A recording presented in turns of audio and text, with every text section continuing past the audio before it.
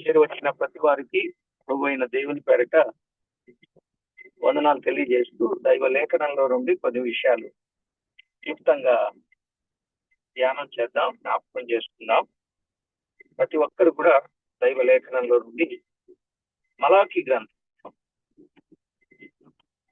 గ్రంథంలో నుండి మలాకి గ్రంథం మొదటి అధ్యాయం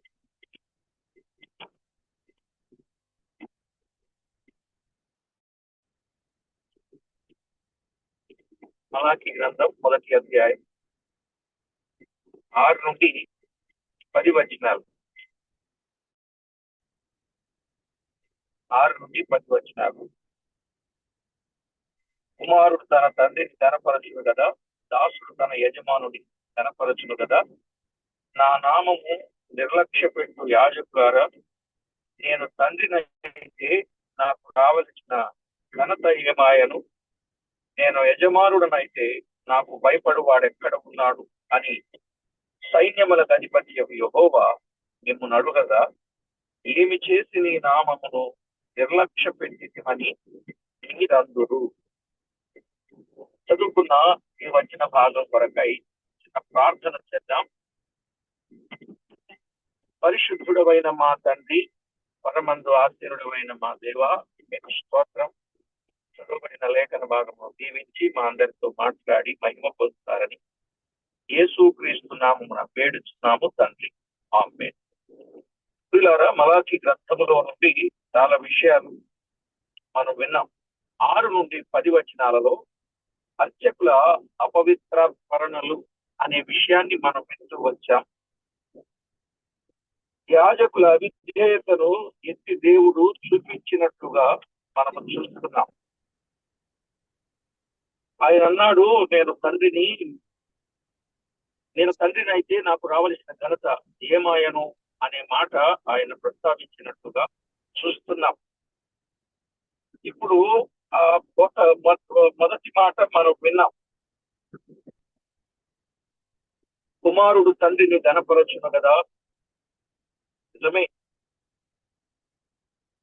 3 విషయాలలో కొత్త నిబంధన పిల్లలమైన మనము ఘనపరచాలి అనే విషయాన్ని మనము చూచాం. దేవుణ్ణి ఘనపరచడానికి ఆయన మన పక్షంగా చేసిన కార్యాలు ఏమిటో మనం గుర్తించి ఘనపరచాలి. అదే సమయంలో ప్రియులారా, జీవం గల దేవుని వాక్కులలో వ్రాయబడిన వాస్తవిక సత్యం మనం అర్థం చేసుకున్నప్పుడు, కుమారుడు తండ్రిని ఘనపరిచాడు, పౌలు తండ్రిని ఘనపరిచాడు, మనం కూడా ఘనపరచాలి. రెండవదిగా, అక్కడే ఆ వచనంలోనే మనము చదివితే, దాసుడు తన యజమానుని ఘనపరచును కదా అన్నాడు. దాసుడు యజమానుని ఘనపరచవలసిన వాడై ఉన్నాడు. నిజమే ప్రియులారా, నేను యజమానినైతే నాకు భయపడువాడు ఎక్కడ ఉన్నాడని ఆయన అడుగుచూ ఉన్నాడు. వారు ఐగుప్తులో దాసులై ఉండగా దేవుడు వారిని దాసత్వము నుండి విడిపించినట్లుగా చూస్తాం. దాసత్వము నుండి విడిపించాడు. ఆదికాండం 15వ అధ్యాయం 13-14 వచనాలు మనము చదువుకున్నప్పుడు ఆ మాటలు మనం ఎరుగుదాం. నిర్గమాకాండం 13వ అధ్యాయం 2 నుండి 34 వచనాలు కూడా మనము చూడవచ్చు. ప్రియులారా, దేవుని వాక్యంలో రాయబడిన మాటలు అర్థం చేసుకోండి. నిర్గమాకాండం 3వ అధ్యాయం 2 నుండి 34 వచనాలు. దాసత్వము నుండి విడిపించారు గనుక వారు దేవునికి దాసులు. దేవునికి దాసులు. దినవృత్తాంతముల మొదటి గ్రంథం 16వ అధ్యాయం 12వ వచనంలో చెప్పబడిన మాట, 16-12లో చెప్పబడిన మాట, దేవుడు వారి యజమానుడై ఉన్నాడు. యజమానునికి వారు భయపడుట ద్వారా వారు దేవుని ఘనపరచవలెను. నిజమే కదా. ఎప్పుడైతే దైవ లేఖనాలలో వ్రాయబడిన సంగతి మనం ఆలోచన చేయవచ్చు. ఆయన అన్నాడు కదా, దినవృత్తాంతముల మొదటి గ్రంథం 16:12 ఆయన దాసులకు ఇశ్రాయేలు వంశస్థులారా అన్నాడు. ఆయన దాసులకు ఇశ్రాయేలు వంశస్థులారా. ఎందుకు ఆయనకు వారు దాసులయ్యారు అనంటే, ఆయన వారిని దాసత్వము నుండి విడిపించి కొన్నాడు. కొన్న తర్వాత వారిని ఆయనకు తన స్వకీయ సాంపాద్యముగా చేసుకున్నాడు అనే సంగతి మనం చూస్తున్నాం.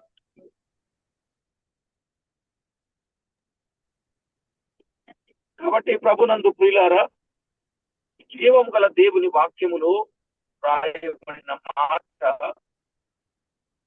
ఆయన దాసత్వము నుండి విడిపించాడు. ఆ రోజుల్లో బానిసలను కొనేవారు, దాసులను కొనేవాడు, కొని దాసులుగా బానిసలుగా చేసుకునేవారు. అలా కాకుండా ఇప్పుడు దాసులు అనంటే స్నేహితులు కొత్త నిబంధనలు. మిమ్మల్ని దాసులని పిలువక మిమ్మల్ని స్నేహితులుగా నేను పిలుచుతున్నాను అన్నాడు. మన విషయానికి వస్తే దేవుడు ఎంత గొప్ప ధన్యతను ఇచ్చాడో మనము చూడవచ్చు.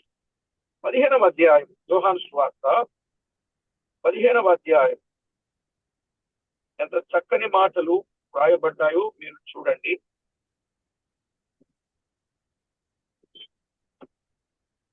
14వ వచనం, 15:14.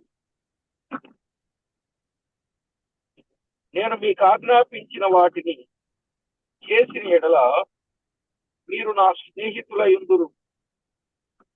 15వ వచనం, దాసుడు తన యజమానుడు చేయు దానిని ఎరుగడు కనుక ఇక మిమ్మల్ని దాసులని పిలువక స్నేహితులని పిలుచుతున్నాను అన్నాడు.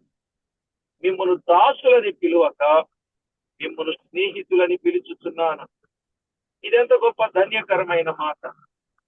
కాబట్టి దాసుడు అనంటే కొత్త నిబంధన ప్రకారంగా దేవునికి స్నేహితుడు. అలాగైతే దేవుడు, నేను యజమానుడనైతే నాకు భయపడువాడు ఎక్కడ ఉన్నాడు అన్నాడు. మలాకి గ్రంథం 1వ అధ్యాయం 6వ వచనంలో ఆ మాట మనం చదువుకున్నాం. నేడు మనము కూడా ఇదే పద్ధతిలో దేవునికి దాసులమై ఉన్నాం. ఆయన మనకు యజమానుడై ఉన్నాడు. ఒకప్పుడు మనము దేనికి దాసులం? పాపానికి దాసులం. యోహాను సువార్త 8వ అధ్యాయం 34వ వచనంలో పాపము చేయు ప్రతివాడు పాపమునకు దాసుడు అన్నాడు కదా. పాపము చేసే ప్రతివాడు పాపానికి దాసుడు. అయితే ప్రభు ఏం చేశారు? పాపం వలన వచ్చు జీతం మరణం కనుక ఆ మరణము నుండి తప్పించడం కొరకై ఆయన మన నిమిత్తము మరణాన్ని అనుభవించాడు. ఆయన మరణాన్ని అనుభవించాడు. ఆయన కృప చేత దాసత్వము నుండి మనల్ని విడిపించాడు. కనుక ఇప్పుడు మనము దేవునికి దాసులమయ్యాం. రోమాపత్రిక 6వ అధ్యాయం 17 నుండి 22 వచనాలు. రోమాపత్రిక 6వ అధ్యాయం 17 నుండి 22 వచనాలు. ఆయన యజమానుడై ఉన్నాడు. ఎఫెసు పత్రిక 6వ అధ్యాయం 9వ వచనంలో, ఎఫెసు పత్రిక 6:9లో ఆయన యజమానుడు.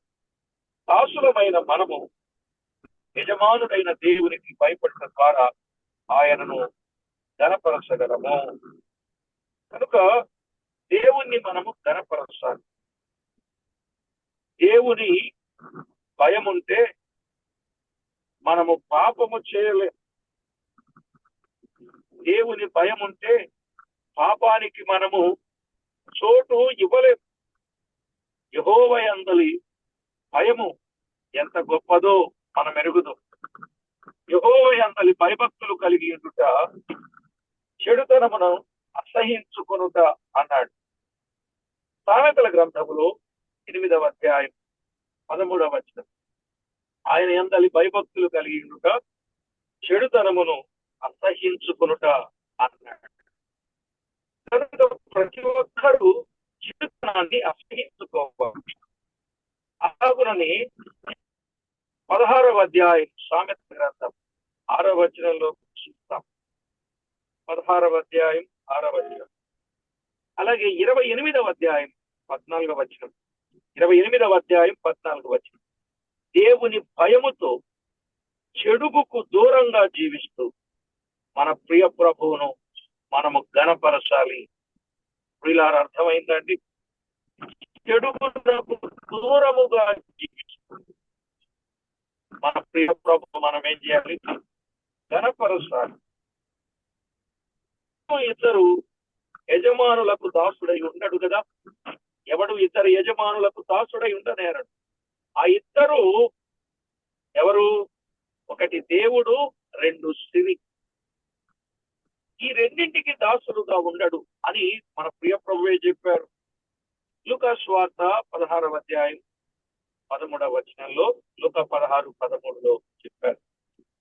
డబ్బును ప్రేమించేవాడు దేవునికి దాసుడుగా ఉండలేడు. డబ్బు కొరకు స్వార్థ సేవ చేయవాడు దేవుని ఘనపరచలేడండి. ఈరోజు సువార్త అనేది ఒక వ్యాపారంగా మారింది. సేవ అనేది ఒక వ్యాపారంగా చేసుకుంటున్నారు. అది ఎంత తప్పు అనేది దేవుని వాక్యం ప్రకారంగా మనము చూడవచ్చు. కనుక దేవుని చిత్తానుసారముగా దేవునికి లోబడి ఆయన ఆజ్ఞను అనుసరించి ఆయన కట్టడలను విధులను చేపట్టి ఆయన చెప్పినట్లుగా శాసనములను అనుసరించి ఆయనకు అనుకూలంగా ఎవరు బ్రతుకుతారు వారే దేవుణ్ణి ఘనపరచేవారు. మరి చెప్పండి, ఆయన యజమానుడు, ఆయనను మనము ఘనపరచగలుగుతున్నామా? ఈ సంగతి మనం పురాగాలోచన చేయాలి. ఆయనను ఘనపరచే వారంగా, ఆయనకు వెళ్ళవలసిన మహిమను ఆపాదించే వారంగా మనం ఎప్పటికీ ఉండాలి ప్రియులారా. ఆ విధంగా ప్రతి ఒక్కరూ సిద్ధపడాలని ప్రేమతో మిమ్మలను కోరుతూ ఉన్నాను. ఆహా, ఎంత గొప్ప భాగ్యం!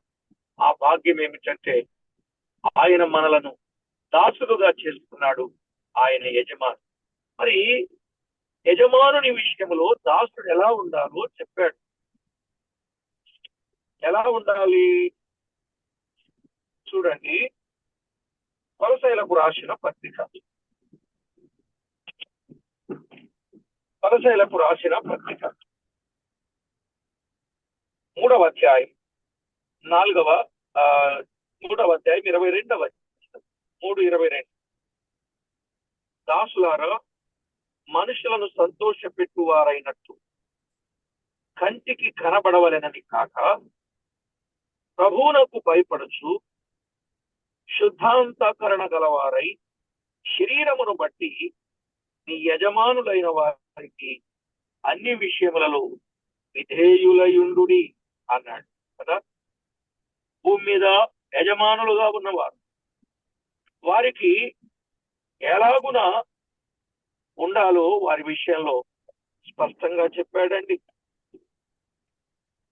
ప్రభువునకు భయపడుచు మనుషులను సంతోషపెట్టువారైనట్టుగా కాక ప్రభువునకు భయపడుచు ప్రియులారా శుద్ధాంతకరణ గలవారై శరీరమును బట్టి మీ యజమానులైన వారికి అన్ని విషయములలో విధేయులై ఉండి ప్రభువు వలన స్వాస్థ్యమును ప్రతిఫలముగా పొందుదమని ఎరుగుదురు గనుక మీరేమి చేసినను అది మనుషుల నిమిత్తమని కాక ప్రభు నిమిత్తమని మనస్ఫూర్తిగా చేయుడి. మీరు ప్రభు అయిన క్రీస్తునకు దాసులై ఉన్నారు.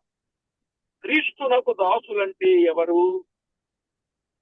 ఇక్కడ చెప్పబడిన మాట ఒకటి, ప్రభువునకు భయపడువారు. క్రీస్తునకు దాసులంటే ప్రభువునకు భయపడువారు. రెండవది, అంతఃకరణ శుద్ధి గలవారు. అంతఃకరణ శుద్ధి గలవారు. మూడవది విధేయులైన వారు. విధేయులైన వారు. నాలుగవది, వారు ఏం చేసినా మనస్ఫూర్తిగా చేసేవారు, కపటముగా చేసేవారు కాదు. ఈ లోకంలో ఉన్నటువంటి పనివారు యజమానుల విషయంలో యజమాను ఉన్నప్పుడు గబగబా పని చేస్తారు, త్వరగా పని చేస్తారు. యజమానుడు లేడు అని అనుకుంటే వారు పని చేయడానికి వెనుకాడుతూ ఉంటారు. కాబట్టి ప్రభునందు ప్రియులారా, అలాగున కాక మనం ఎలాగుండాలి? దేవునికి మహిమకరంగా మనము ఉండాలి. ఆ విధంగా మనము జాగ్రత్త చేసుకోవాలి. దాసులు అంటే అర్థమైందా? దేవుని దాసులు వారు మనుషులను సంతోషపెట్టేవారు కాదు. అలా చెప్తున్నా, మనుషులను సంతోషపెట్టేవారు. వారు ప్రభువునకు భయపడేవారు. 3, శుద్ధాంతకరణ గలవారు. 4, ప్రభు వలన స్వాస్థ్యముగా ప్రతిఫలము పొందాలనుకునేవారు. 5, విధేయులుగా ఉండవలసిన వారు. 6, ఏం చేసినా మనిషి నిమిత్తము గాక ప్రభు నిమిత్తము చేసేవారు. 7, మనస్ఫూర్తిగా దైవ కార్యాలు చేసేవారు. 7 విషయాలు మీరు జ్ఞాపకం పెట్టుకోండి. 7 విషయాలు మళ్ళా చెప్తున్నానండి. 1, మనుషులను సంతోషపెట్టేవారు కారు. 2, ప్రభువునకు భయపడేవారు. 3, శుద్ధాంతకరణ గలవారు. 4, దేవునికి విధేయులైన వారు. 5, స్వాస్థ్యమును ప్రతిఫలముగా ఎదురు చూచేవారు. 6, ఏది చేసిన మనుషుల నిమిత్తము చేయరు, ఏది చేసిన దేవుని నిమిత్తమే. 7, మనస్ఫూర్తిగా చేస్తారు. అలాగున వారు దేవునికి మహిమ ఆపాదించే వారై ఉన్నారని మనము గుర్తిద్దాం. కనుక దేవుని దాసులుగా మనం ఉండడం. మరి నేను యజమానుడనైతే నాకు రావలసిన ఘనత ఏది అని అడుగుతున్నాడు ఆయన. అవును కదా, మరి ఆయన వారిని పాపము నుండి, ఐగుప్తు నుండి, ఫరో చేతిలో నుండి వారిని విడిపించాడు. ఫరో అంటే సాతానుడు, ఐగుప్తు అంటే లోకం, ఐగుప్తీయులంటే శరీరాశలు. ఈ 3 నుండి ఆయన విడిపించి వారిని దాసులుగానే కాదు, స్వకీయ సాంపాద్యముగా ఆయన చేస్తున్నాడు. కాబట్టి ప్రభునందు ప్రియులారా, మనము కూడా కృత నిబంధన ప్రకారంగా ఆయనకు దాసులంగా, పాపము నుండి విమోచించి దాసులంగా చేస్తున్నాడు. ఇప్పుడు మనల్ని దాసులుగా ఎంతగా, స్నేహితులుగా ఎంచాడు. ఇంత గొప్ప భాగ్యాన్ని ఇచ్చిన దేవుని సన్నిధిలో ప్రార్థన చేసుకుందాం. దయచేసి ప్రార్థనలో ఏకీభవించండి. పరిశుద్ధుడ మా తండ్రి, మీ ఘననామానికి వందనాలు, స్తుతులు, స్తోత్రాలు చెల్లిస్తున్నాం. విత్తబడిన సంగతులు అందరి హృదయాలలో ఫలింపజేసి మీరు మహిమ పొందుతారని, మమ్మను దాసులుగా కాక స్నేహితులుగా మమ్మను చేసుకున్నందుకై కృతజ్ఞతలు చెల్లిస్తూ మా ప్రభు అయిన యేసు క్రీస్తు నామమున వేడుచూ ఉన్నాము తండ్రి. ఆమేన్.